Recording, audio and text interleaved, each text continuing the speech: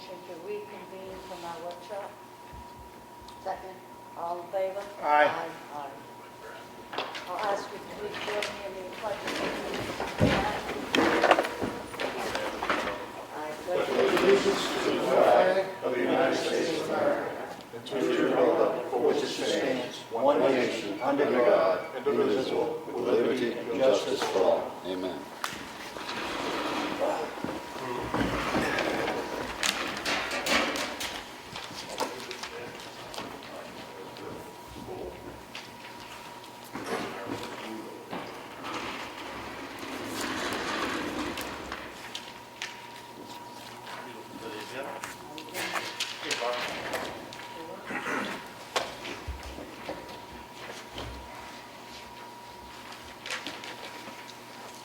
We held a non-public session upstairs and per RSA 91-A:3, Roman numeral 2, parentheses C, reputational risk of including tax matters. We also made a motion to seal those minutes. She sealed the minutes upstairs. We did.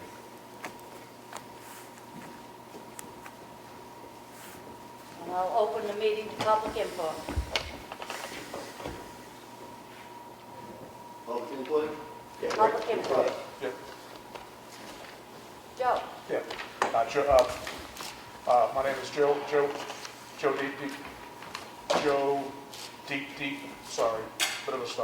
Deegan. I just looked at the new water bill that just came out based upon the 12-month new schedule.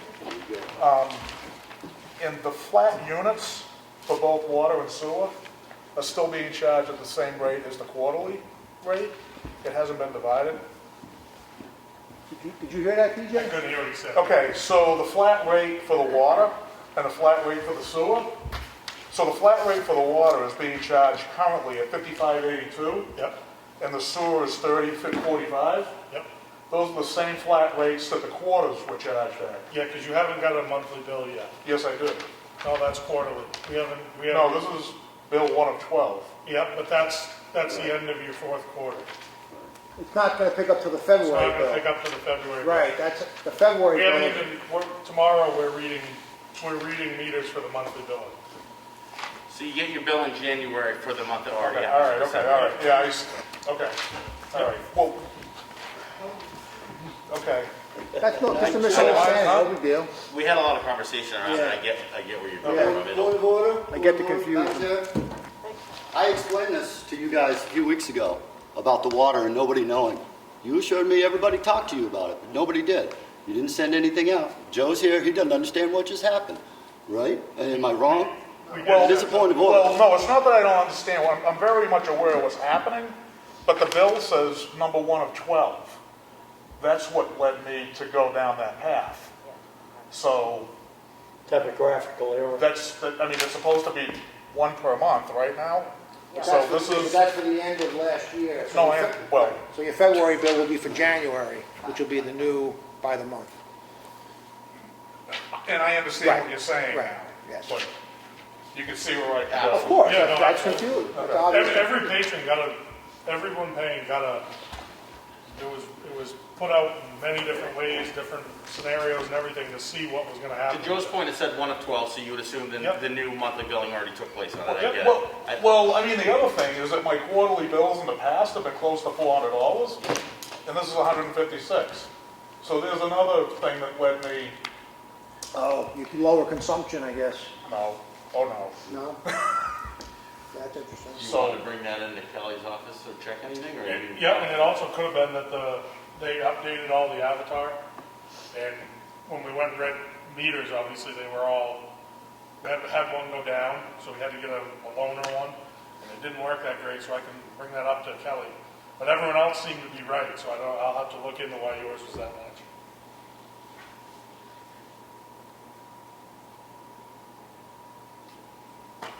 I don't know. I'm just letting you know, that's all. Well, I think TJ intimated that he'll check with Kelly and see if that's a mistake. Yeah, we have a handheld that they drive around with, and the unit that it sets in actually broke. Had to get a new one, and we used the loaner one, and it could have got messed up. I'll ask Kelly, because no one else's was, we made sure, but.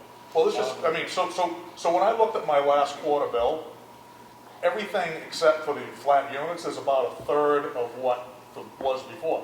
So I used roughly 18,000 gallons last billing quarter, and this month I'm being charged for 4,536, which is about, so that's a third.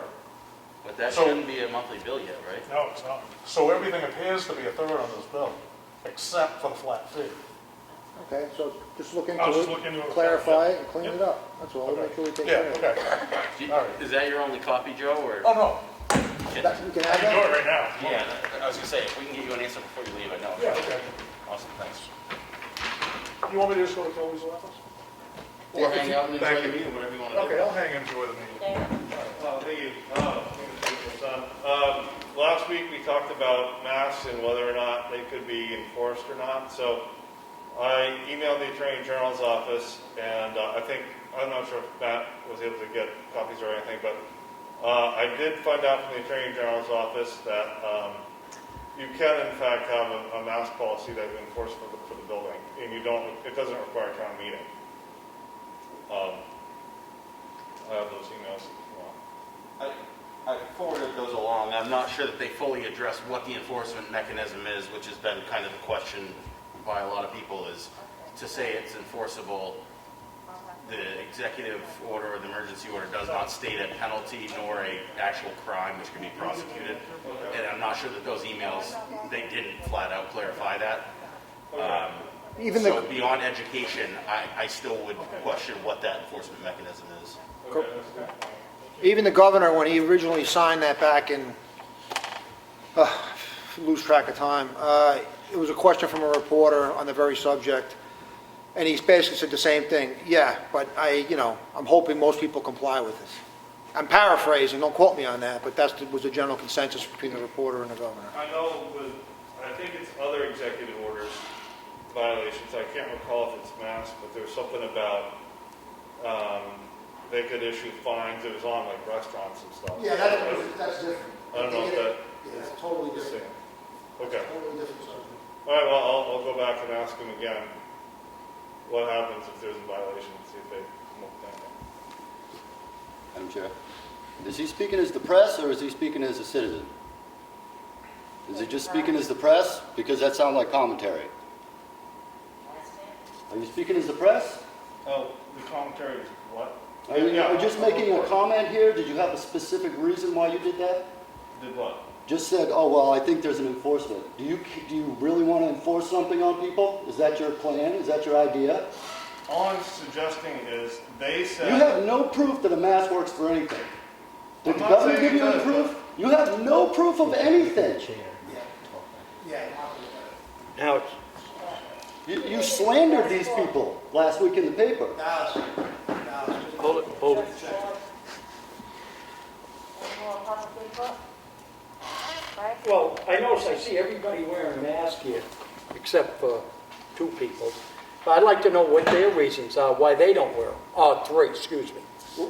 Look, I have a long letter drafted here, and all of the board members signed it, but I'm going to just give you a quick synopsis of what Executive Order 74 actually says. Right. It says clearly within that order, if you can maintain a 6-foot distance, either indoors or outdoors, a mask does not have to be worn. It also states clearly, if you have a medical exemption, you are exempt from emergency order, not executive orders, emergency order 74, and you do not, and I repeat, do not have to show proof of that medical condition. So as I sit here right now, 6 feet from my fellow selectman, Sue Simpson, I am in complete compliance with that executive order. But I will address that further in a letter at the end of the meeting. Well, I noticed something. I think it was Monday, or last week, I have the paper here. It has a caption, a little, cartoon thing. And sorry, Jonathan, but it's you. I understand, but it does make the town look, doesn't make the town look too good. Well, they also reported on false information, and I will address that in the I agree on this. Yes. Oh, I'm not agreeing or I'm not agreeing. The thing with it is I know, it's up to you. If you're saying you can wear, if you want to wear one, you can. If you don't, it's up to you. Well, you got people in this building right now that are up in age, and I'm one of them, and so isn't he, that if you sneezed right now, just say you sneezed, a real good sneeze, that's going to go farther than 6 feet. Let me just, I don't want to debate this much longer here. Oh, okay. I've already had COVID, okay? I have natural immunity at the moment. I cannot give you COVID. Not that, and I And five Frank, or six Frank. articles that say that you could still be a carrier. Frank, I'm not going to debate this any further. Well, That's absolutely not true. well, that's, Don't tell people that. Why are you telling people that? This is no place for that. Well, this is the place to argue, because obviously nothing's I'm gonna not get telling done. anybody anything. Yes, you This are. is what I You're telling them you've read Fauci articles. said you could still be a carrier. Yeah, that's not true. And the doctor for New Hampshire said it. Oh. You could still be a carrier, you could still get it. Yeah? You Really? could still get the, yes, Really? that's. The PCR test work too? Oh, no, fine, forget it. Right, because you don't know. I don't have a gavel, but I'm going to bang it. I'm not a doctor. Hey, order. Hey, order. I'm not stupid either. Dallas, order, please. Respect for the Don't call me board. stupid. Frank, Everybody's wearing a mask when a mask ain't gonna stop neither nothing. one of them are listening. Just please listen. Okay, let's move on to the next business. I have the Selectmen's meeting minutes for January 19th. I I make a wasn't motion to approve those minutes. Second, all in favor? Aye. Aye. The Selectmen's work session for Tuesday, January 19th. I make a motion to approve these.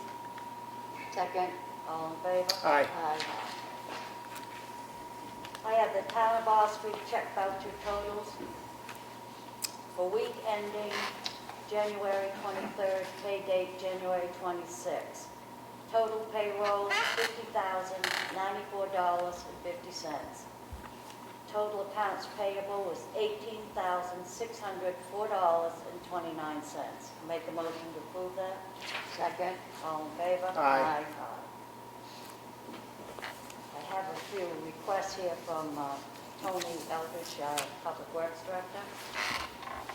It's my strong suggestion that the Town of Ossipee Board of Selectmen promote Eric Siemens to equipment operator for the Highway Department, effective 1/23/21.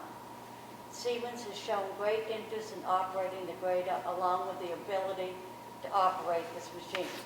The department currently has one equipment operator, Sean Berry, due to the fact that we promoted Scott Riley to head town mechanic. The department is not looking to add another person. We would just like to promote Eric Siemens to prevent working out of class and skill grade consistently being recorded for Siemens. This will also give more than one option for the foreman and the assistant foreman when an equipment operator is needed. Thank you for taking your time to consider my recommendation. I make a motion to promote Eric Siemens. Second, all in favor? Aye. Another memo from Tony.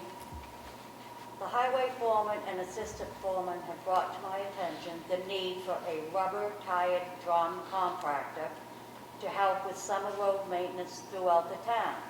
The town routinely in the past has rented a compactor for around $3,500 a month for 3 months, totaling $10,500. Chadwick Barras has let the town use a Volvo SD 75B since October, free of charge with no delivery fee or maintenance costs. The highway department and I have talked with Mike Willett, our salesman from Volvo, and he's presented us with a lease to buy option that is attached to this memo. I would like to recommend that the town use $10,000 line item in the highway's operating budget and enter a lease to buy a contract with an escape clause for 7 years, and then the town will own the compactor. The machine has no emissions and has little maintenance costs. We also suggest taking the option to put a 7-year warranty on the machine. This will not only save the taxpayers money after the 7-year contract, It will also improve our roads and put less strain on our grader and the crew. I make a motion to approve this. Second. All in favor? Aye. Aye. We have another one regarding the gravel purchase for 2021.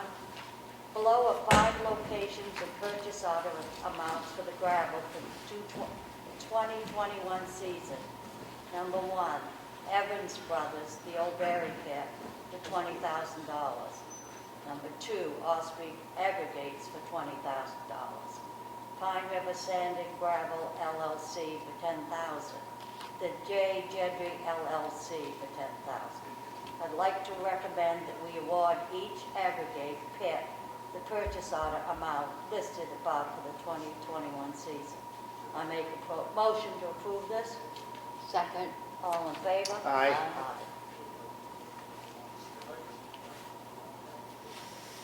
This one is regarding the purchase of winter sand.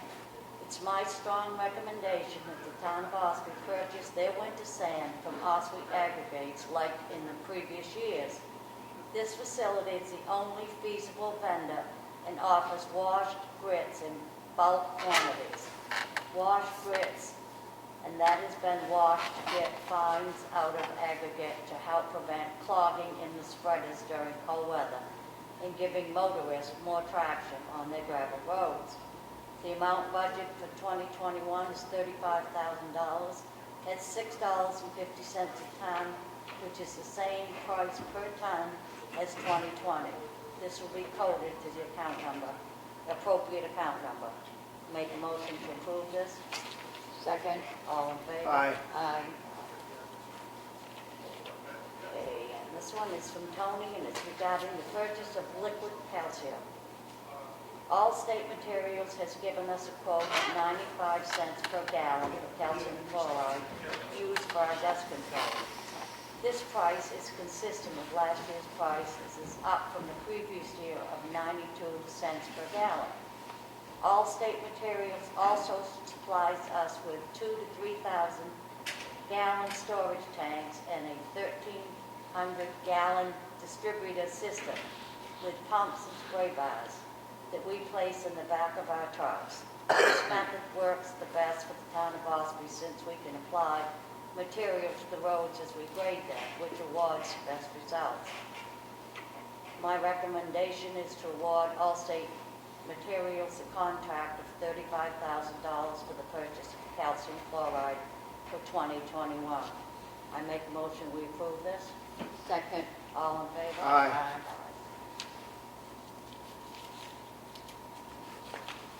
This is the last one. Winter road salt. I received the price for the 2021 per ton salt prices from the 2 companies that are able to deliver in Ossipee. Granite State Minerals, $56.50 per ton. Morton Salt, $56.25 per ton. I'd like to recommend awarding the road salt contract to Granite State Minerals for the 2021 season. My recommendation is to award the higher of the 2 quotes is supported by the quality of salt that we're receiving from Granite State, along with the fact that we are getting same-day delivery. The department is saving on the amount of salt we're using with this product, and I believe in the end it will be saving money for the Granite State Minerals by going to Granite State Minerals. Make a motion to approve this. Second. All in favor? Aye. Aye.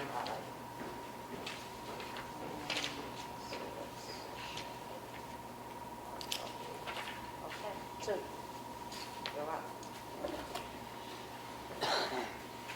I have the recycling center daily cash log for the month of December 2020. Total collected $7,669. That'll be on file in the Selectmen's office.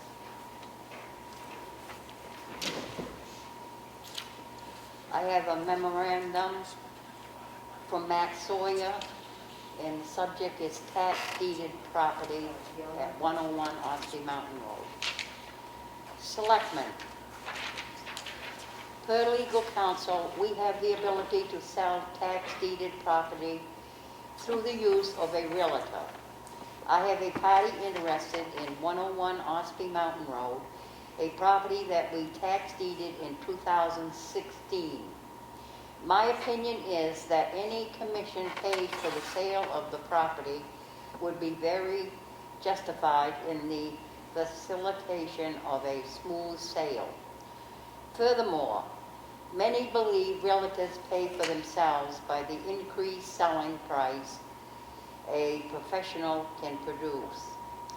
I suggest authorizing me to act on your behalf to enter into a contract with a realtor and negotiate all the logistics of the paperwork to take next steps up to include a closing if one occurs. If you choose and vote to do so, I would be happy to carry out these duties on your behalf. Please sign if you so authorize. Respectfully, Matt Sawyer, Town Administrator. I make a motion that we approve this memorandum. Second? All those in favor? Aye. Aye.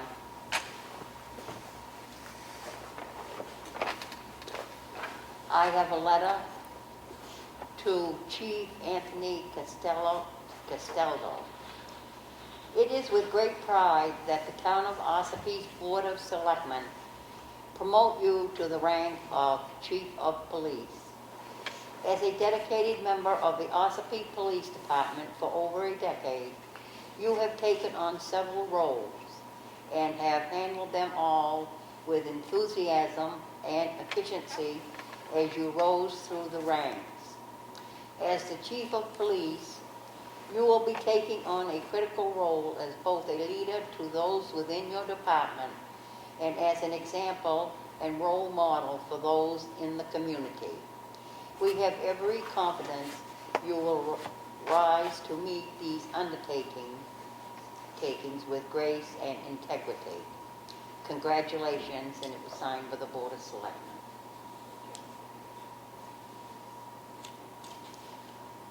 I have a water and sewer warrant in the amount of $99.20 for 1 Shorey Lane. And I make a motion that we approve this warrant for $99.20. I will second that. All those in favor? Aye. Aye. Motion carries.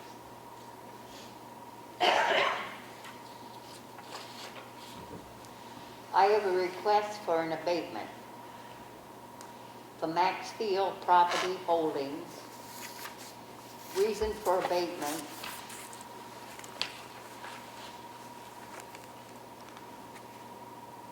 the taxpayer has timely filed an appeal with the Board of Tax and Land Appeals, and it is recommended to be granted and to be approved. I make a motion we approve this request for an abatement. I will second that.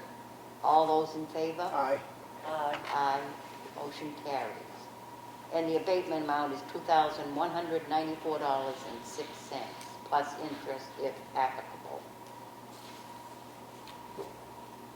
That's all I all. have.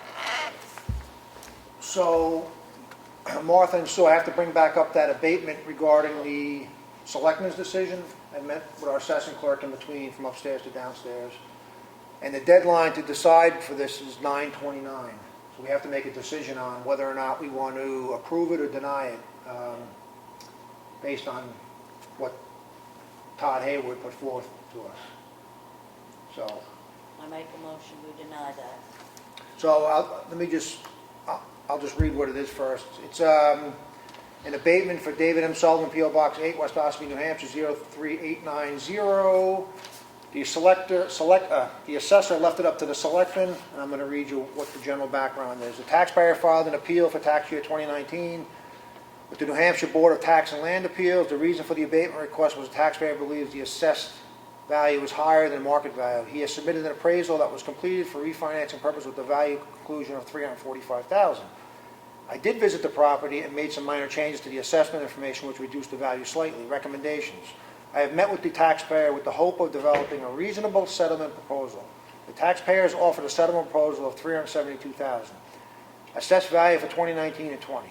This revised assessment reflects an equalized market value of $383,000. You should be advised that if it's the board's discretion whether or not to accept this proposal or to counteroffer with a proposed settlement amount of your choosing. So we can counter him with a reduced assessment or sign it or deny it. So you made a motion to deny. Okay, I will second that motion. All in favor? All, Aye. aye.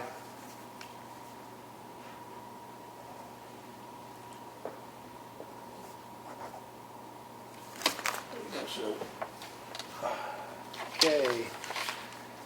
I have an agreement here. This is for Total Notice LLC. And Kelly, is this agreement between you and them or between us and the town of Ossipee? It is by your recommendation. Right, right. They are the ones we've used in the past. Right, these are the ones we've used continually in the board. So I'll make a motion to approve this contract between the town of Ossipee and Total Notice LLC, which does all our tax lien executions and collector's deeds. Make a motion for that? Second. All those in favor? Aye. I have a standard dredge and fill wetlands permit application. This thing's kind of thick. This was for Snug Harbor, P.O. Box 38 at Center Ossipee. James Rhines is the authorized agent. I don't believe we have to vote on this. This is just for informational purposes if someone wants to review it. I think the Conservation Committee passes it along to us.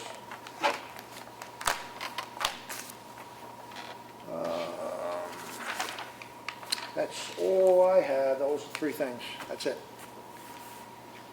Have any old business, John? Nope. No old business. Susan? Yeah, No.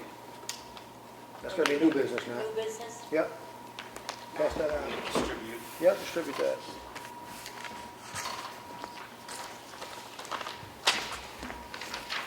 Thanks, man.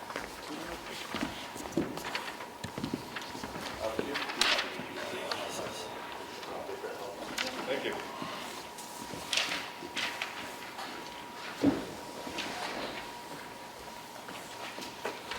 What am I, chopped liver? Yeah, you gotta give one to Ed. I'm sorry, Ed. The camera scares me. It's the cameraman.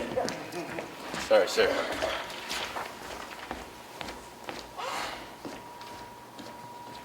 So this is a letter that was crafted. It was signed by the board.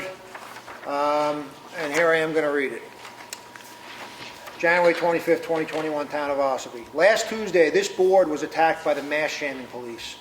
Mass shaming has become nothing more than a new tactic by those who believe in tyranny and oppression at the hand of government. It has become the new political buzzword. This board has never ever indicated that a mask should not be worn. Actually, the exact opposite is true. It has been clearly stated over and over again that if you want to wear a mask, you can and should.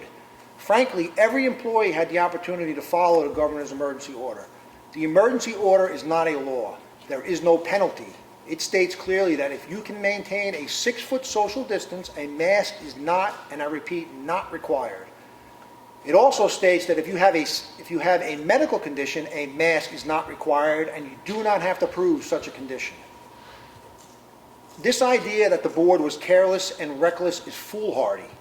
Immediately upon the presence of the virus, this board shut down all town facilities, and I was assigned to be the representative to the Emergency Management Operations Center. In the emergency meetings, based on information provided by the state, we had great fears of massive death within this town. We were all gravely concerned. We continued with our weekly meetings to assess the situation. We determined the best course of action was to have limited access to town facilities, which included the suspension of recycling due to the unknown transmissibility of the virus. In the interim, we installed plastic barriers between the public and staff, suspended weekly selectmen's meetings, and attempted to acquire sanitizing equipment and PPE, which is personal protective equipment. As we realized that a total shutdown is not practical for the continuity of government, we opened up town facilities with restrictions. We slowly phased back in recycling and public access to town facilities by appointment. Employees slowly came back to work. At this point, we had available some PPE, hand sanitizer, and disinfectant chemicals. Our town clerk, who gets the bulk of citizens, stayed open by appointment only. She began a rigorous cleaning regimen in her office, which included wiping down counters after every customer, issuing masks, offering hand sanitizer, including the installation of plastic barriers. Our Public Works Director implemented a sanitizing and cleaning regimen within all government facilities. This included issuing sanitizing equipment, masks, and guidance for social distancing. At this point, each employee is and should be responsible for their health and well-being. This is not kindergarten. We are professionals.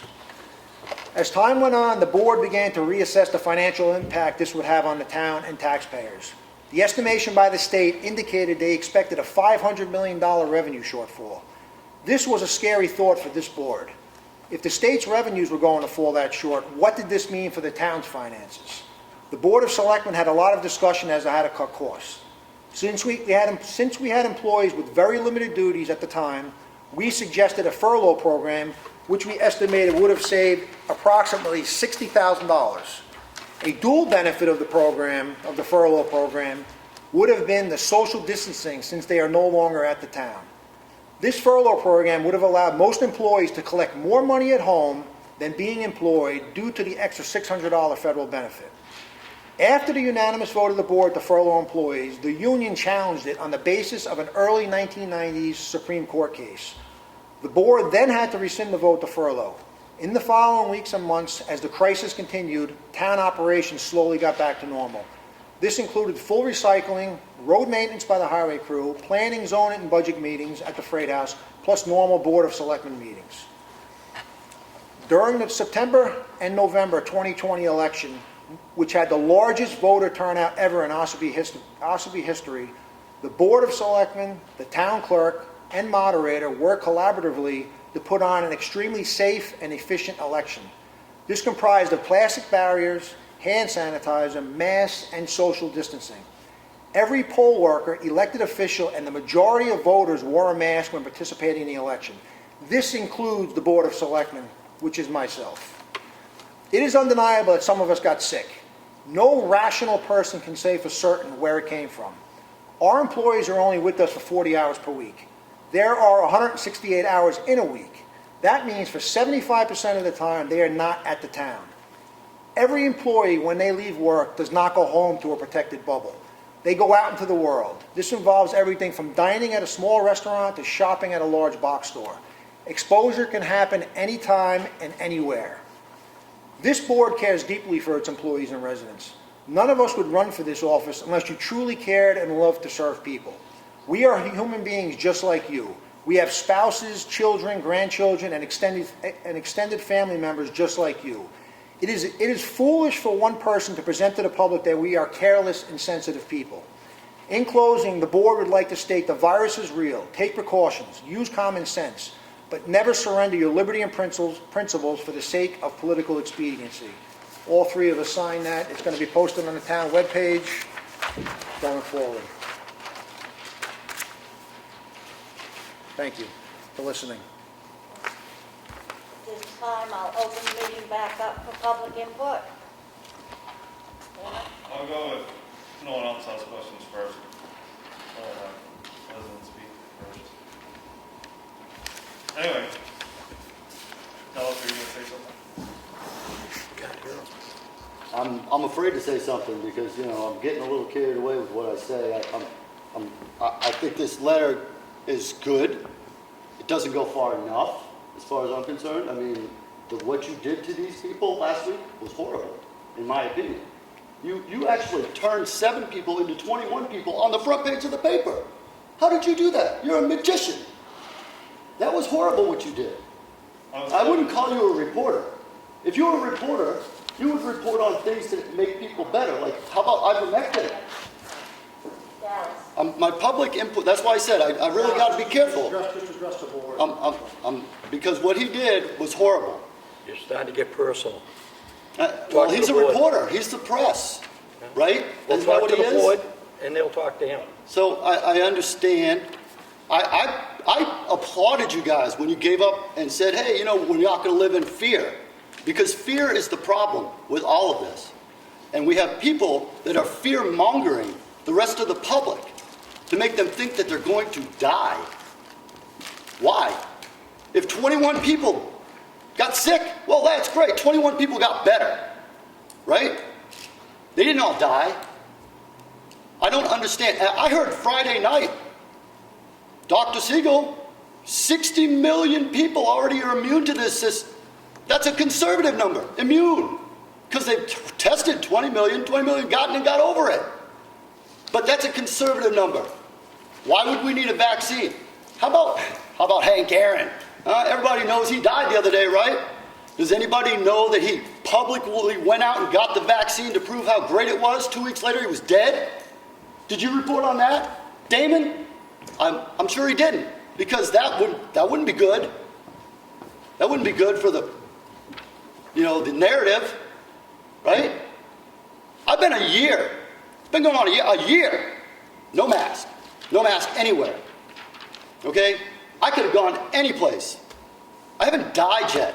And even if I did, that's my choice, not yours or his. Okay?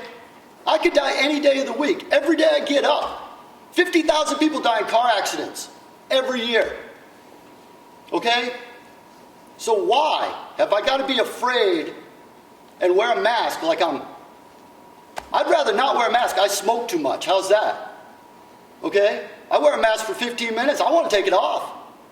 It's horrible. It doesn't do anything. There's no doctor out there that tells you a mask can protect you from this virus. Is this a big shield, a big bubble you put around yourself when you put it on your face?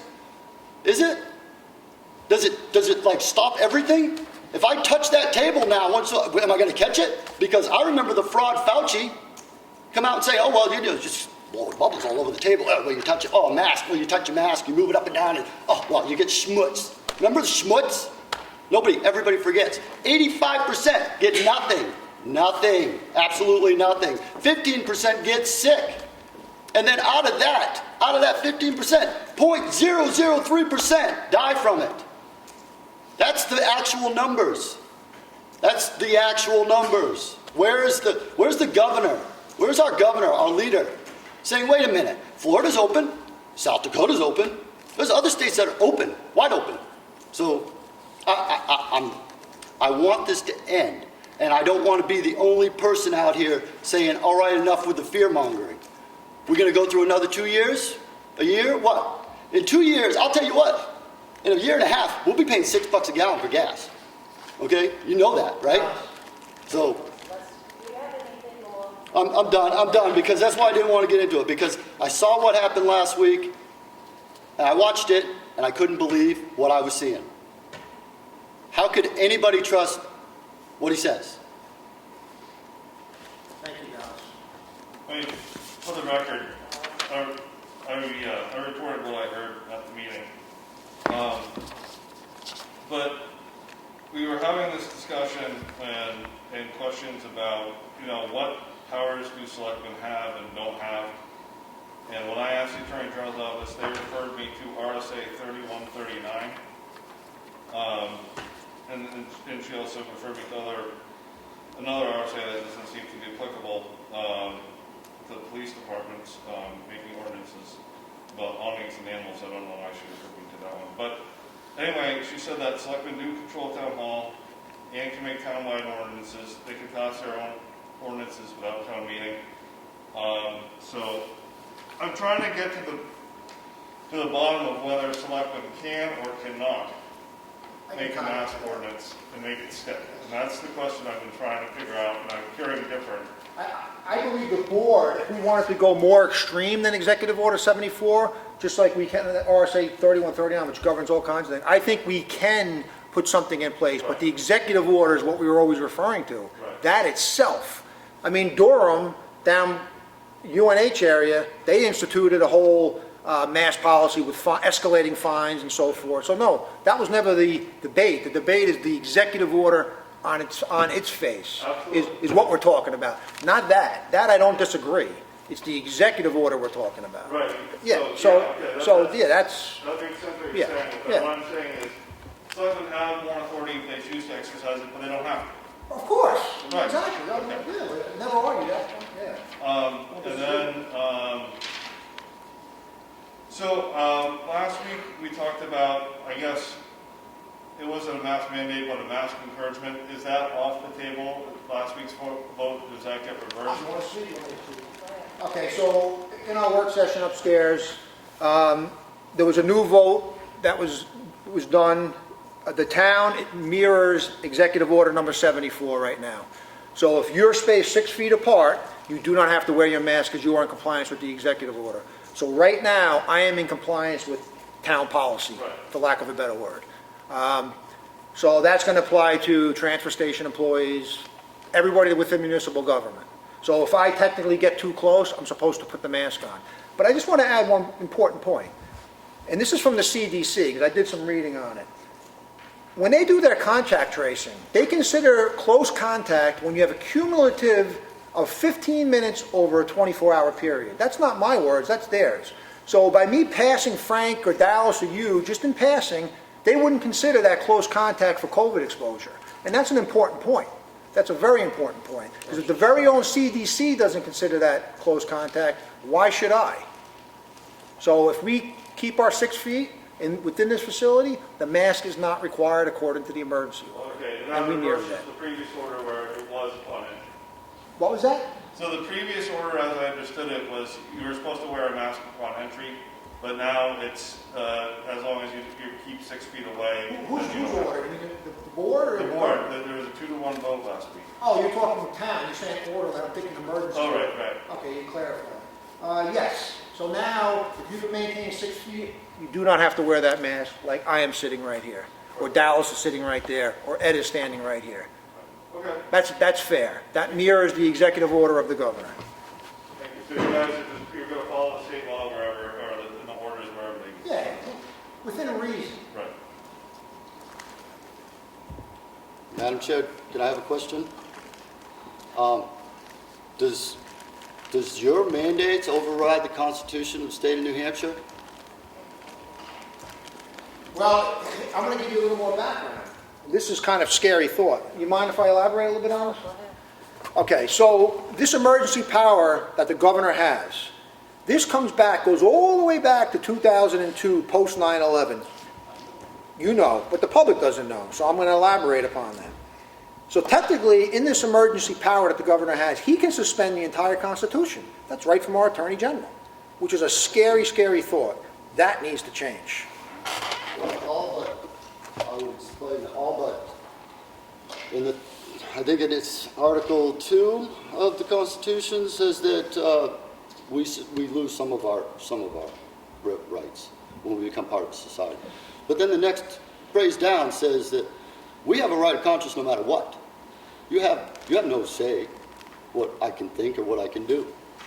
And that's not in his powers. It's in the Constitution though.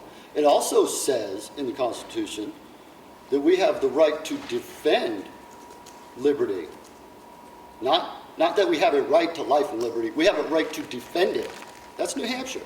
That's not the United States Constitution. So I have a right to come in here and defend my freedom against what I believe to be a tyrannical way of life.